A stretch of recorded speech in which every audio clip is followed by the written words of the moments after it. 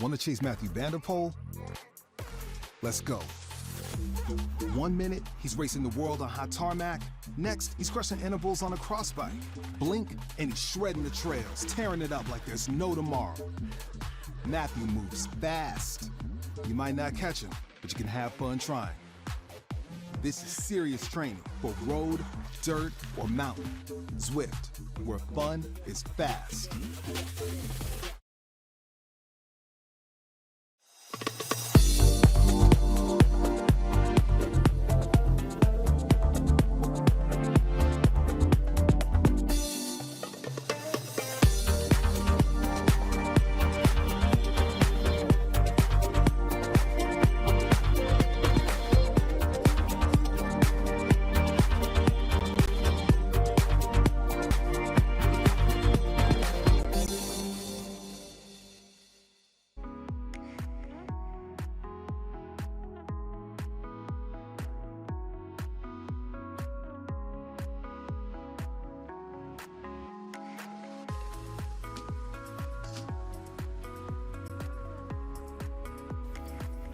I've got no feed, mate. Me neither.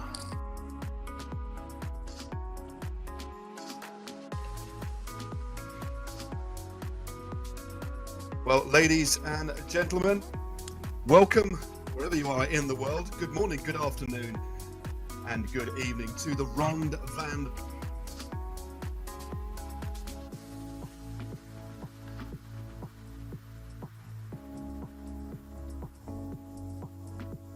kilometers, 3 brutal climbs each lap. It is a course based on the Richmond World Circuit.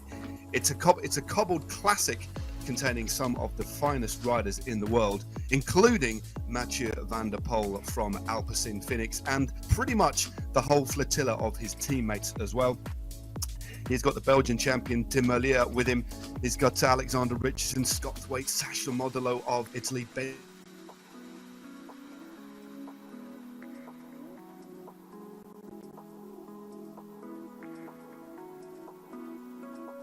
Zwift community, including a rather cool Zwift All-Stars team, which includes amongst their number Maurizio Fondres, the famous Italian, the iconic rider who of course pulled on the rainbow bands way back in 1988. So we have a former world road champion here as well. And a cheeky little addition to the Zwift All-Star teams is Connor Dunn and Simon Richardson, who'll be in their GCN kit as well. It's almost racing for 2 teams as well as the All-Star teams. Now, a race on Zwift wouldn't be a real race on Zwift without some of the finest teams on the Zwift community, or in the Zwift community. We have the Swedish racing team, including Alexander Retterall and Sam Radland, a prolific winner on Zwift. We have the Callas Esports racing team from Norway, including the Norwegian Zwift champion Vidar Mel. We have Canyon ZCC with the Belgian Lano Vujasan, again one of the most aggressive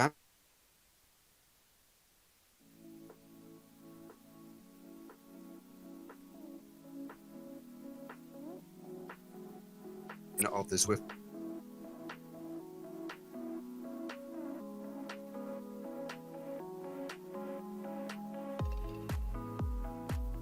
Ironman.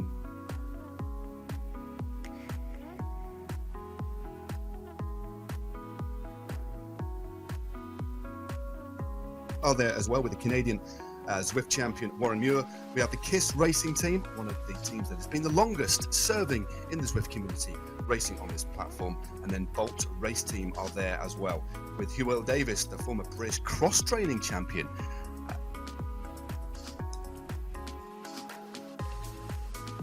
So the race consists of 3 laps of the Richmond circuit. It's called the Hilly Route. If you have been riding on Zwift before, you will know the Richmond circuit. Now, this is a truncated version. It takes out most of the flat elements of the circuit, but we do include the 2 or the 3 nasty climbs, so not much opportunity to rest on this circuit at all. We go up Libby's Hill, the cobble climb. We then got the short climb of 23rd Street, of course, where Peter Sagan back in 2015 made his winning move to become world champion. And then we have the nasty climb to the finish line of Governors as well, which is not a cobble climb, but it's about 1.5 kilometers grueling effort, not many opportunities at all to recover on this course. So I think it's going to be a very, very attritional race indeed. And it will be exceptionally interesting to see how the Alpecin-Fenix team equip themselves on Zwift. They're clearly exceptionally strong, but what will they do in relation to tactics, in relation to the gamification of Zwift? Of course, we have the power-ups, which we'll go through a little bit later on, which could prove to be absolutely pivotal. And of course, the expertise that all of the community teams have. Now, alongside me for the entire race today, I'm very, very lucky to have with me a former professional rider, a Eurosport presenter as well as working for Alpecin, knows Alpecin-Fenix like the back of his hand. It is Georg Ludwig. Georg, thank you very much for joining me. This is going to be amazing. It's going to be tough. I'm certainly glad, Georg, that I'm sat down rather than riding. But what are your thoughts on what should be a spectacular event? Yeah, Matt, hi everybody. And I don't know if you're lucky, but at least you have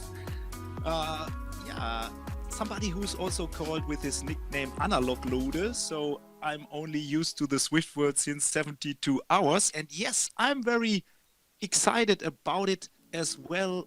You and we all know those guys push crazy watts and watt per kilogram ratios. But as we also know, this digital world has different approaches and skills needed. You have to be really let's say tactical, and you have to be really improved to the Zwift world, to the digital world, how to use your power, how to use these so-called power-ups. And I'm really curious how guys like Van der Poel, Merlier and Sparagli will be able to keep up with these digital special.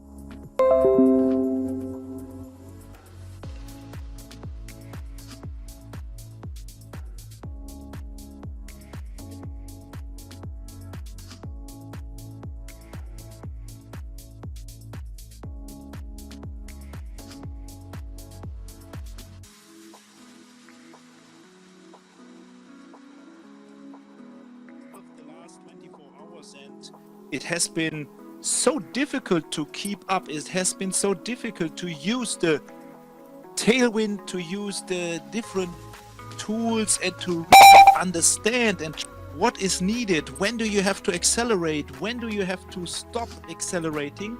So yeah, I'm really curious. I'm really happy we have this new touch point, and I guess it will be a very important one. I don't remember exactly the O-tone, but Winston Churchill once said, never waste a proper crisis. So we will also get something new out of this, let's call it Corona shit. Indeed. Well, this platform has given many people, I think that's the key to riding on Zwift. And obviously we are riding through we are all of us in difficult times at the moment. As we look at one of the Phoenix riders just outside, that's a novel approach, isn't it? Because it's a lovely sunny day here. I don't know. Yeah. You're enjoying. It's a lovely sunny day. A good idea. He's going to have 100% ventilation there. Yeah, it's a good idea to do it outdoor, to combine the best of two worlds. And I did the same yesterday, because in my Alpecin hobby team we have guys from countries which have a proper lockdown, so they are not even able, they are not allowed to ride outside. So I put my trainer outside in the Wi-Fi as well, and I did a solidary ride as well. So some sun, some wind, but still not really analog on the road. Indeed. Well, we're just coming up towards the back end of this circuit. I'm not too sure, Georg, if you've had an opportunity to ride on the circuit. These are the lower slopes of Libby's Hill. Now, Van der Poel is just toward the back of the group here. It is Helbig on the front, 8.1 watts a kilogram. They're hitting the cobbles for the first time. This is around 1:10 or 1:20, depending on how they punch up this climb. Lots of ride-ons going down there. Now, a ride-on, when you see these thumbs just floating above the heads of these avatars, these are riders who are on Zwift, who within the community can actually log on and actually choose a rider and give them a bit of a ride on. It's almost like a like on Facebook or a like on Instagram, but in the virtual world. Now, the first rider is Vang from the Kalas e-racing team. A few riders using different power-ups over the top there. Now, at the early point of this race, as we just head over the top, there's been a couple of splits in the peloton there. The bunch really lined out as Dries de Bont now goes to the front. This is a big attack here, Jorg. We'll talk about the power-ups in a minute, but a big attack here by Dries de Bont. Very good rider from Belgium. Yeah, he is. He also won already one big road race this year. We've been lucky with the situation with Alpecin-Fenix just launched in early January. We already have 23 victories, 2 world champion titles, and 1 on the road has been checked out by this guy, by Dries de Bont. He's the breakaway guy, but he's not only the breakaway guy. He mentioned it. We saw him winning already this year in France, and Dries de Bont is a very strong guy. I told him at the team presentation, hey, don't waste your energy too early, and then his response was the stage win in France at the Etoile de Bessèges. So he couldn't give a better answer to me like this. Fantastic. Well, the thing is, he's certainly gone early. And now we're on the second climb here. This is the climb of 23rd Street. This is a short. It's only about 300 or 400 meters long. It's straight as an arrow. Van der Poel, you can look at the power now. He's just dropping it back a little bit. Lionel Vuillersan of the Canyon race team just moves over the top there, but there's a few cracks starting to appear. Dries de Bont, you can just see crossing the line there. Van der Poel towards the back of this group. He's actually lost a fair bit of time here, Van der Poel. He's actually just dropped towards the back here, still pushing out over 400 watts, but he's going to have to make a fair bit of an effort to get back in contact, and several of the riders from Alpecin-Fenix are now at the back. But I think it is worth mentioning, Jorg, that riding on Zwift is one thing. Racing on Zwift, even if you're a very accomplished athlete out on the road, is a completely different matter. This is all about experience, having fun, and in these very difficult times, Jorg, engaging with the fans and actually getting out there for the sponsors as well. Yeah, exactly. I had a really hard time. My first ride, I immediately mentioned a pretty good group A, and I never saw the initial start, the beginning of the group, because I started easy, 350 watts with 80 kilogram, and I said to myself, yeah, let's move easy like on the road, but this is totally different on Zwift. You have to really push with 400, 500, 600 watts the first seconds, and a gap in the Zwift world is slightly more difficult to close than on the analog road racing. And the issue is also, how can the Alpecin riders find themselves to help Van der Poel to close the gap? Because it's a bit more difficult. You need to know about the skills inside this game.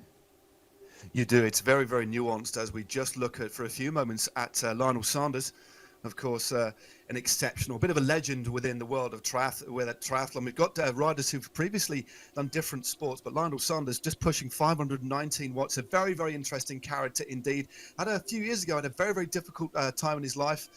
Was suffering from addiction problems over in the United States where he lives, but is refocused and trains almost exclusively indoors. Loves riding on Zwift. Only discovered Zwift a few years ago, but now rides almost exclusively indoors. He runs on the treadmill indoors as well.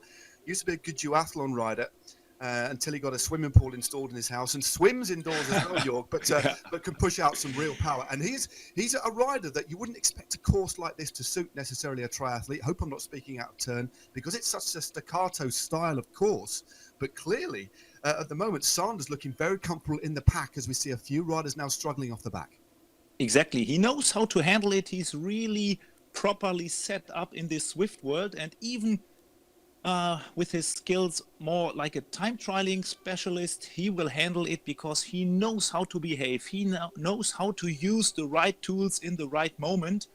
and he will save a lot of energy, as well as one of the all-stars, Maurizio Fondriest, former world champion from Belgium, from Italy, in Belgium, in Ronde 1988 he won, and I'm happy he, as our hero testimonial from Alpecin in Italy, is also joining. Yes, he is above 50 years old, but he still is really, really fit, and I'm really curious how he will be able to manage this, and how much what ratio he can put out. Indeed. Well, it will be interesting. I'm not too sure if he's still in the pack there, but several riders are there from Alpecin-Fenix. They filled in almost a full team and an amazing lineup. But this group has been reduced. Still looking at the Canadian maple leaf of Sanders in the group. There's Scott Thwaites has now moved to the front. A very, very classy rider indeed. Loves the cobbles. Has performed well in the past on the cobbles. Spent a couple of years, of course, at World Tour level, rode back in the UK, and is now, of course, well ensconced as part of the Alpecin-Fenix team. But on this flatter section, before we start hitting the climbs again, for any of you who are new to this, are wondering what on earth this is all about, especially when you see these virtual thumbs, you can see that little burrito. The riding on Zwift and racing on Zwift, of course, is about physiology. It's about being strong. You need to be very, very fit, but it's also, it sets itself apart from the road sport because of the gamification part of it. This is a game as well as a fitness platform, and as well as a community platform to ride with riders and friends from all over the world. But the gamification side of it is crucial. As Jorg was talking to a few moments ago, as we see the bunch just rounding the corner, there are some nuanced differences. The application of power is slightly different, as we see my little avatar on the left-hand side there in my orange Zwift top. Now, the application of power is a little bit different, should I say. When you're riding in a pack or on the wheel of another rider within Zwift, you do get the benefit of a draft, as you would in the real world. But if you get dropped from a group, or if you get dropped off a rider's wheel, it does take a little bit longer to close the gap. So if you get dropped, you need to react immediately, and you need to know how to use your power-ups. Well, a power-up is basically an assist, a random assist that you will get, which will help you within the game. You get them every time you pass through a finish banner, either the King of the Mountains or the finish line.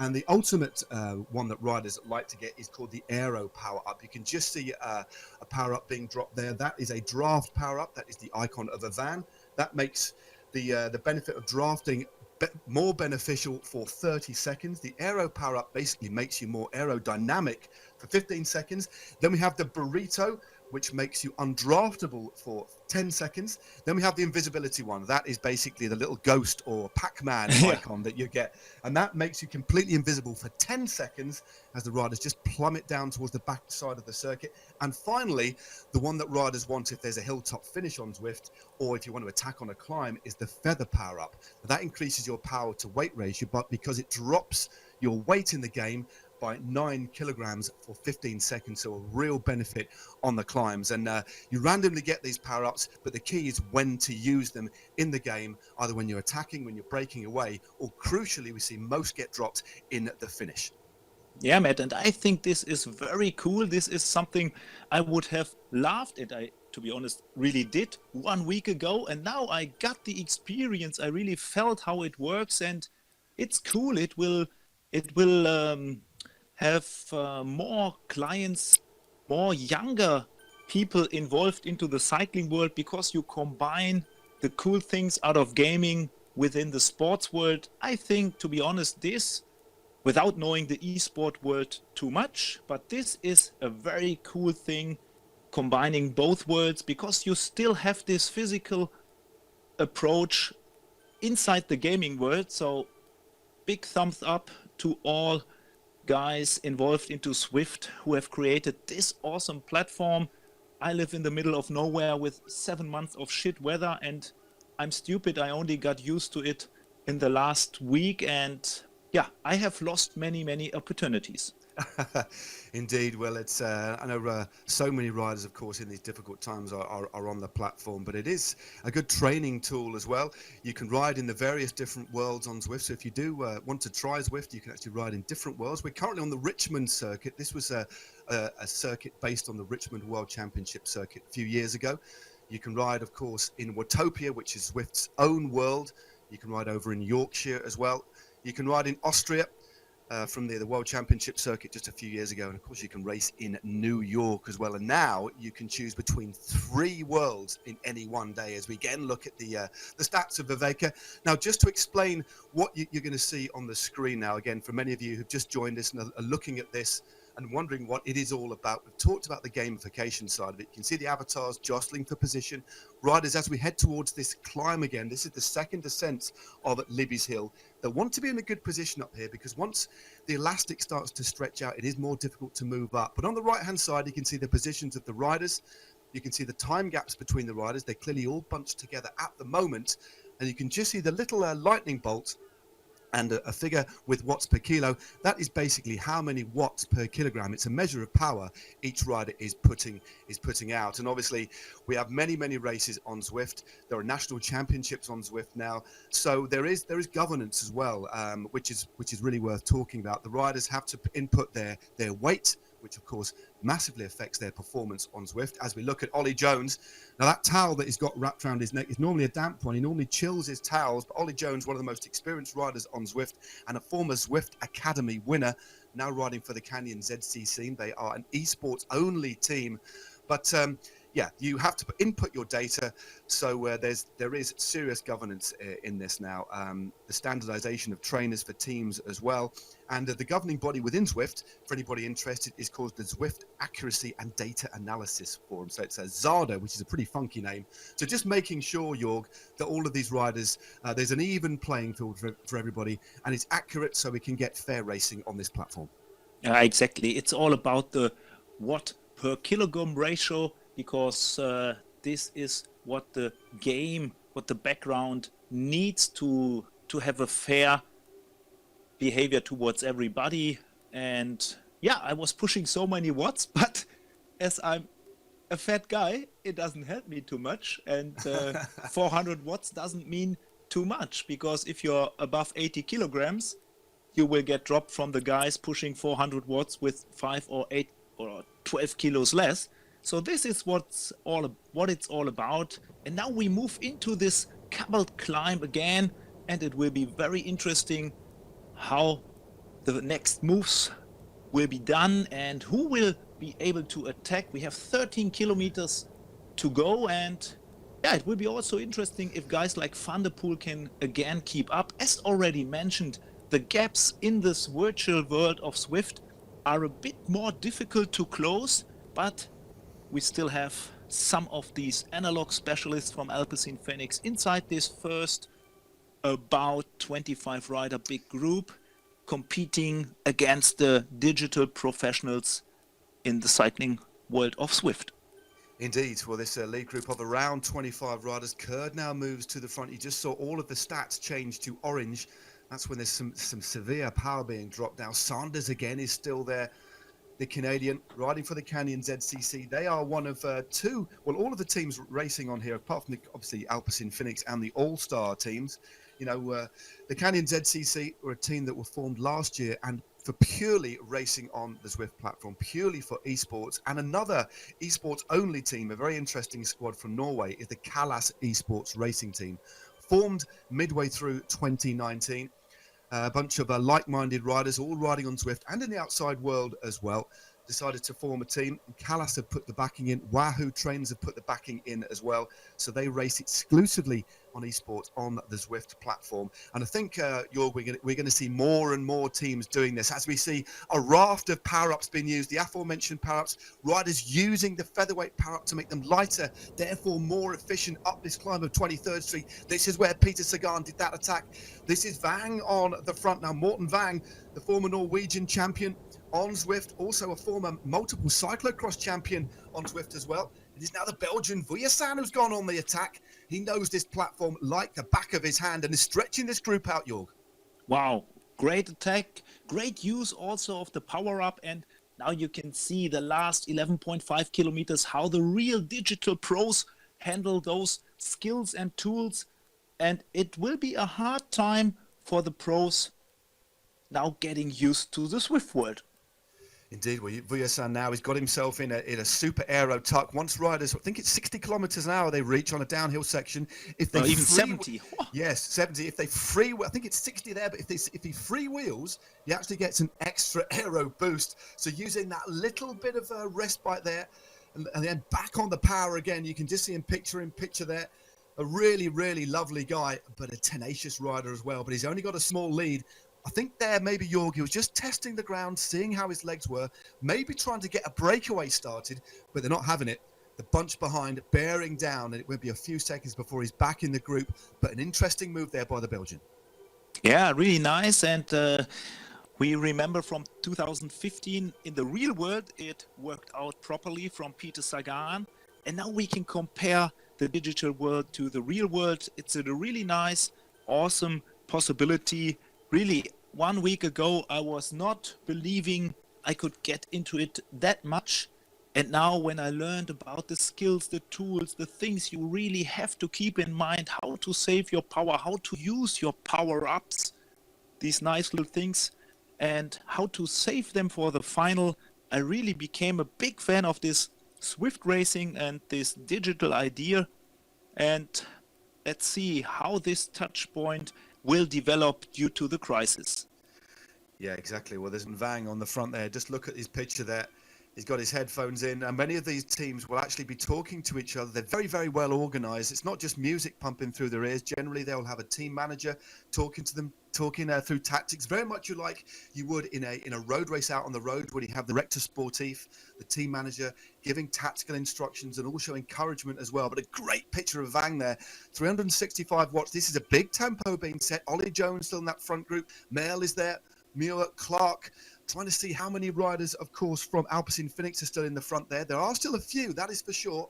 Can't see Mathieu van der Poel at the moment, but it is worth reiterating, I think, Jorg, that racing on Zwift compared to racing on the road, there are physical differences, but it's a completely different effort. The gamification side makes it something that takes quite a lot of time to get used to. And many of the top-end professionals who've come in and raced on Zwift have had a very, very hard time. It just takes a bit of time to really get used to the nuances, to the different skill aspects. As we see our first invisibility power-up being used at the front, we can just see this rider here on the front. That's Sanders using the invisibility. But the others behind couldn't see them at all. Great to see. Yeah, not expected. And I'm really happy to see him here. We already mentioned he's more the guy pushing 400 watts for 12 hours and not the guy who might be able to get through all these hills, but he uses all the tools possible and has a great tactic, and nice to see him here. It's one of the most incredible beasts in the endurance sports world. You really have to check it out. The indoor guy, he was fed up with red lights, so he said to himself, I will control my training. Whatever I do, one of the best triathletes on the planet, and really doing everything indoor, even swimming. And you can really see how much power he has. And this is also the good part of this world.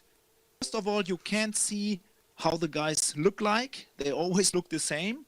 And they don't have to steer, they don't have to handle their bikes. You know, Van der Poel, Sagan, Salvoldelli, those guys been crazily better than others. Nibali in the downhills. This doesn't count. This doesn't help you.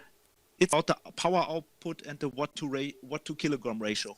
It is, and we've got a little breakaway here. Sorry to cut across you there, but we've got Louis Vervaeke of Alpecin-Fenix out in front with some. Well, I said the triathlete wouldn't like the horse very much, and boy, was I wrong. He's on the offensive as Goncalves Berg from Callas as well. And one rider just trying to get across the move. Goidish from the DRF team, and now it's 8 seconds now back to the group out in front. So we've got Dra now joining this group in front. Uses a little bit of a draft power-up as well there, to give himself double draft benefit at the back of the group set, gives him a little bit of an opportunity to start. Vervaeke also using the draft benefit here.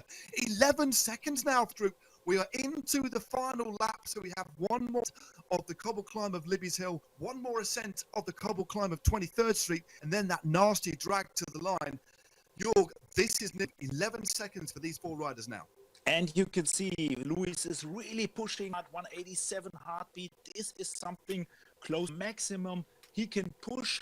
he can put out, and you can see it's real racing. It's 40 minutes all out, so really nice to see this.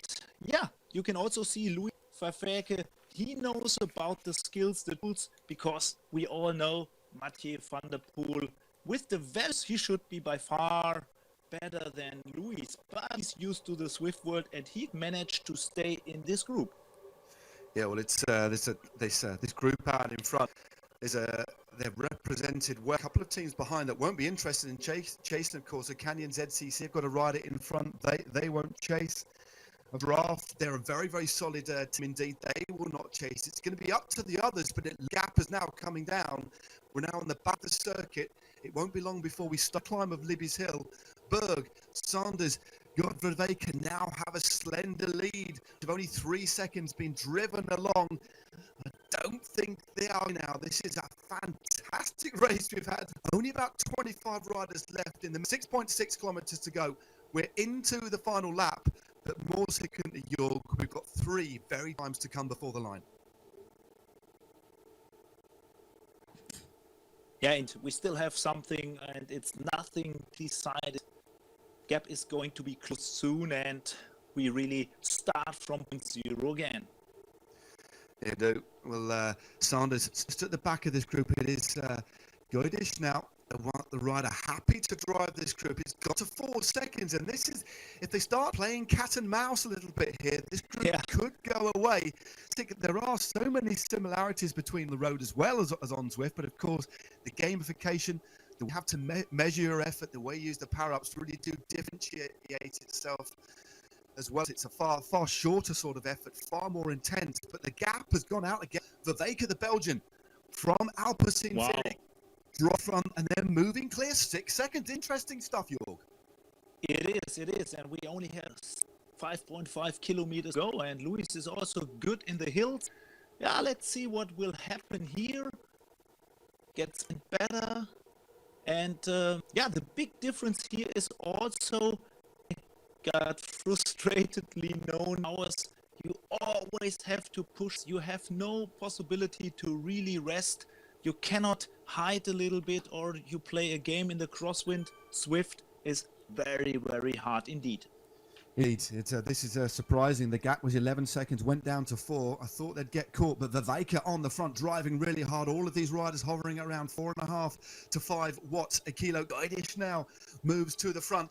The American from Team Draft looking very, very good. 10 seconds is the gap. Wow. When they get to the bottom of this climb, it's going to be very, very hard. We might see some power-ups used. It's a big opportunity to try and split things up, but Berg riding very, very well. Some solid engines in this front group. And importantly, they are all riding together as a unit, taking their turns on the front.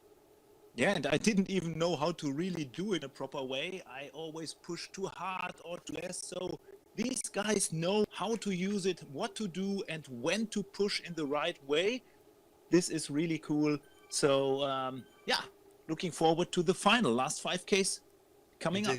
We're just approaching the bottom of the Libby's Hill climb. 4 riders out in front, the bunch bearing down on them behind. It's been a fantastic race so far.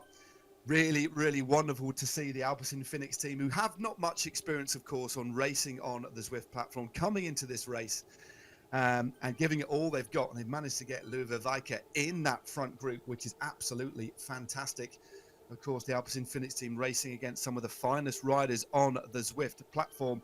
And of course, for you, Jorg, you've worked in cycling pretty much all of your professional life.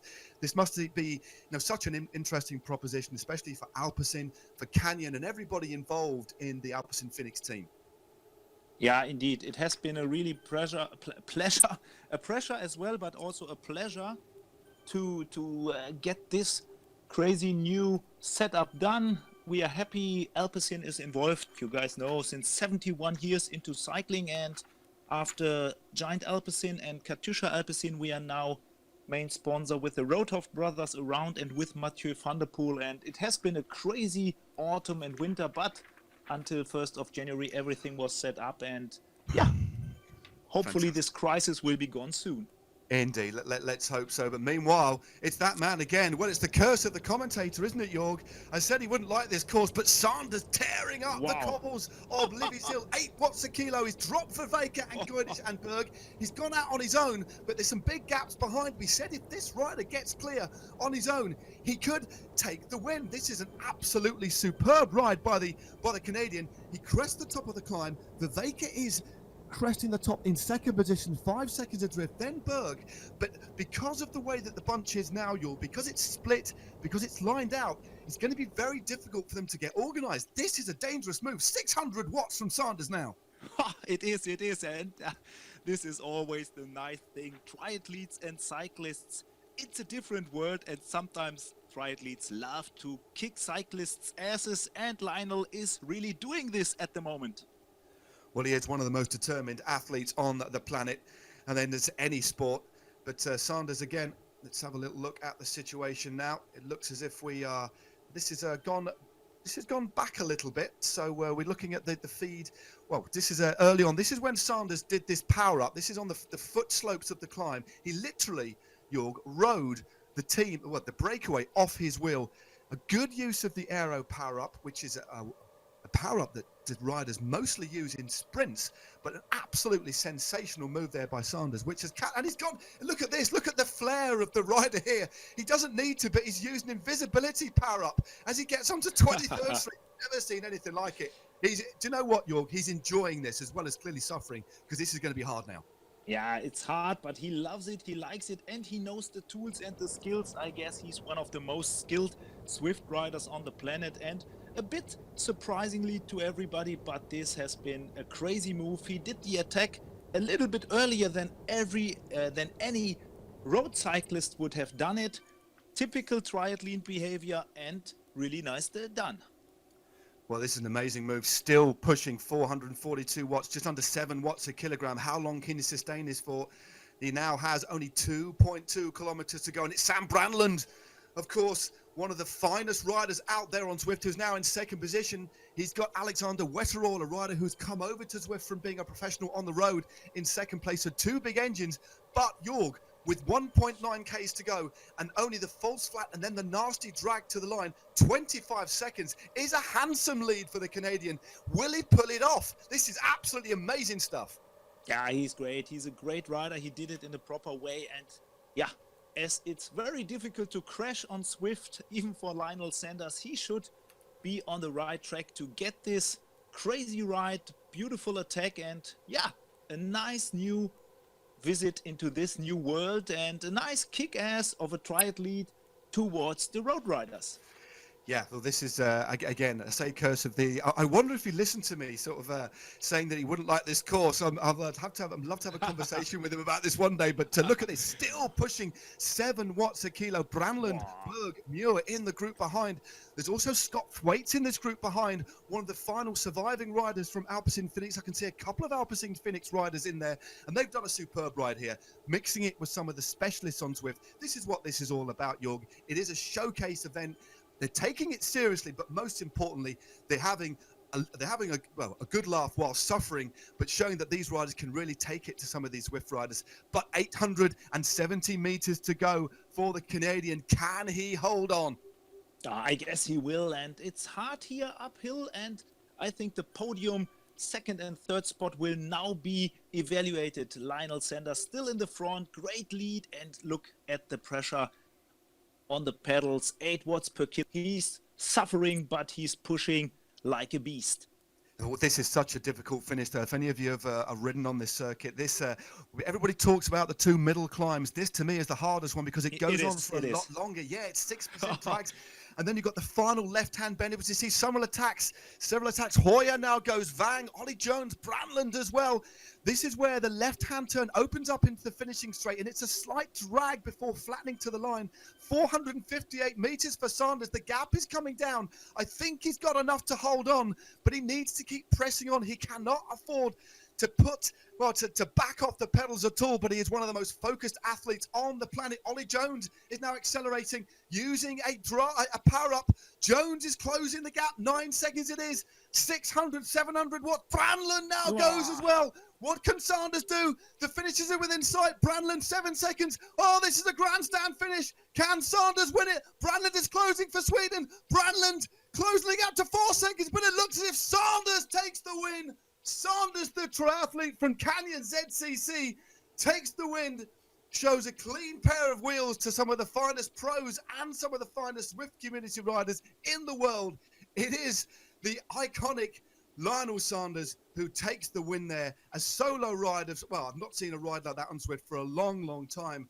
Jorg, that was an absolutely astonishing ride by the Canadian. And I love it if these kind of underdogs, he's not a real underdog, but he's not that well known in the cyclists world.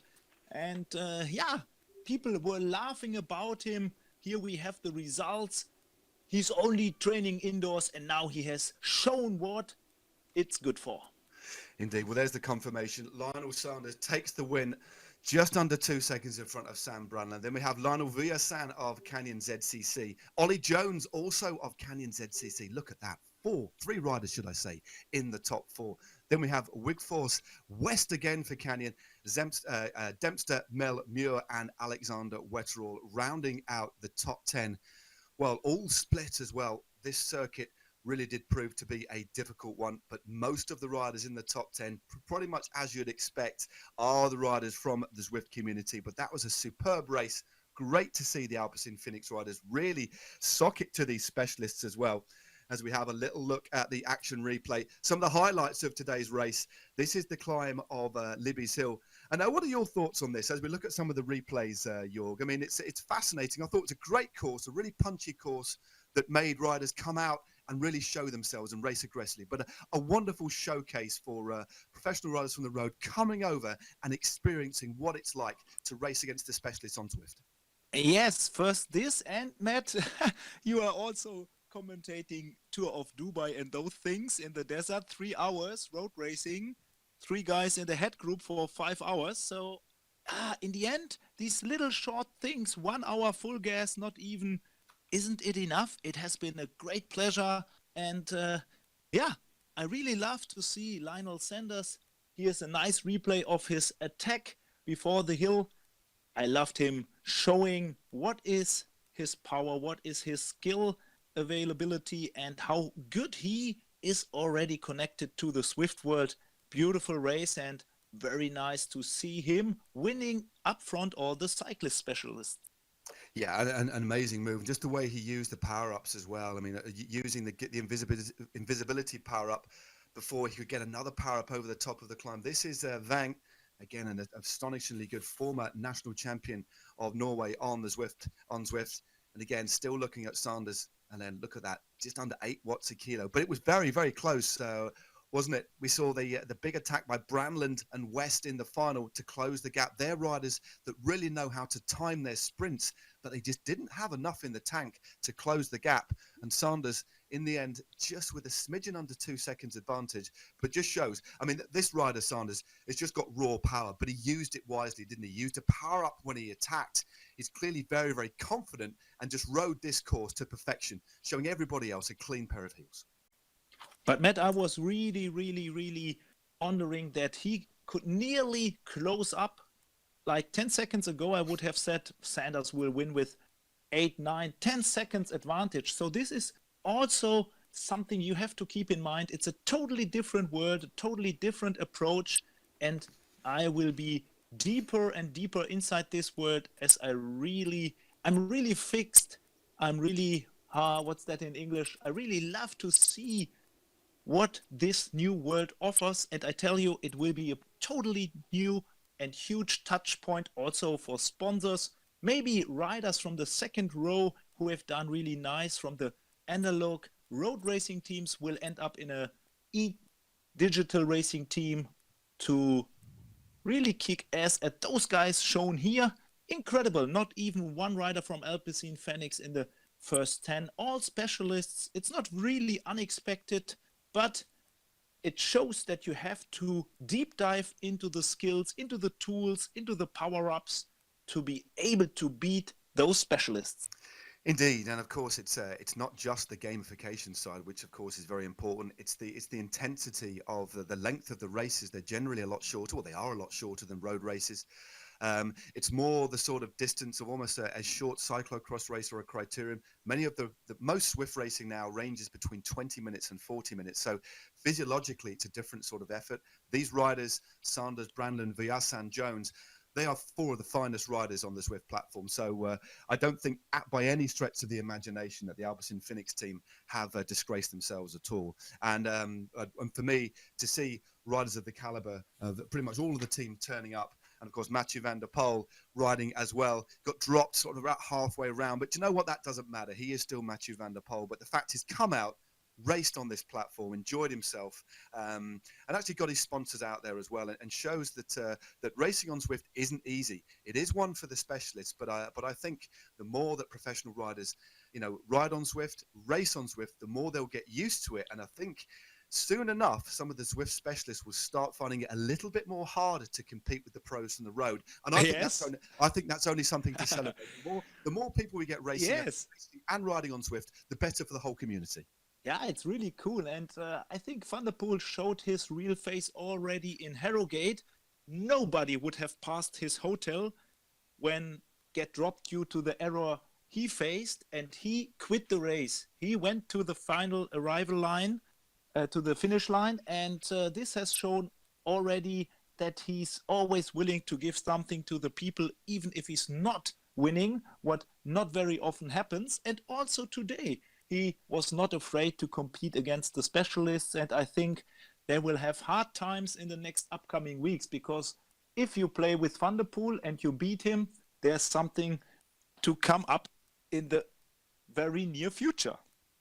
Well, Jörg, I think it's time for us to roll out now from this Richmond course as we look at the top 10. The winner, of course, of the Ronde van Zwift was Lionel Sanders of Canyon ZCC, Brandland in second, and Lionel Vujasan of Belgium, and also Canyon ZCC in third. It's been wonderful to work alongside you, Jörg. Hopefully we'll do this again in the future. I just want to extend our thanks to the Alpecin-Fenix team for coming, racing, getting stuck in, and most importantly, enjoying it, putting on a big show for the fans, and hopefully encouraging other pros and other riders, other individuals who are just watching this to come on Zwift and enjoy it, to keep fit, and to get a real sense of community. It's been a wonderful day. Now, if anybody else is interested in watching some more Zwift racing, we've got some more Zwift racing today.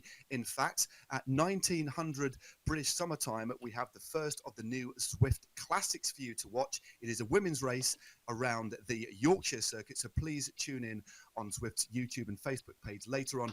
But for now, Jörg, from me and Jörg, from Richmond and from the Ronde van Zwift, it's thank you, goodbye, and hopefully see you all soon. Stay safe.